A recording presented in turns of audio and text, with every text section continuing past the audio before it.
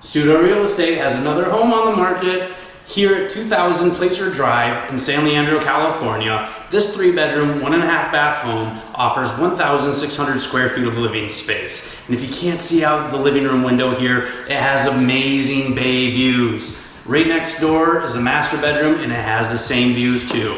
You can really make this home your own, as you'll see it for yourself when you come visit it in person. But situated right at the top of the hill of San Leandro, you're not only close to 580, but 238 and 880 access. So come take a look. You're gonna wanna see it.